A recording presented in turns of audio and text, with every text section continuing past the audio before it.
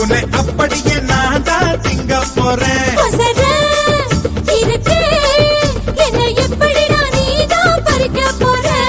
அணிலாக மாறினான் அழகாக தாவினான் அங்கங்க உன்னை கடிக்க போறேன். தீர்மானம் பண்ணி நீ தீர்த்துக்கிட்ட துணிஞ்சு நீ என்ன சுத்தி வாழ தார தார.